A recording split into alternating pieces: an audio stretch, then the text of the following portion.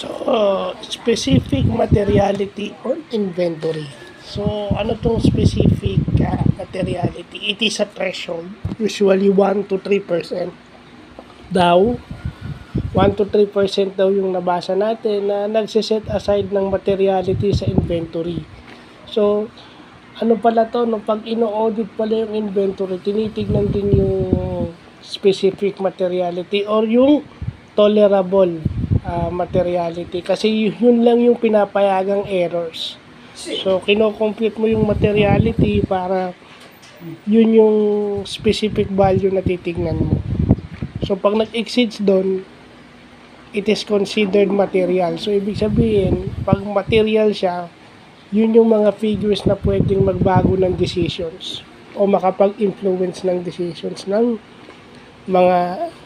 mga business owners, administrators, or supervisors.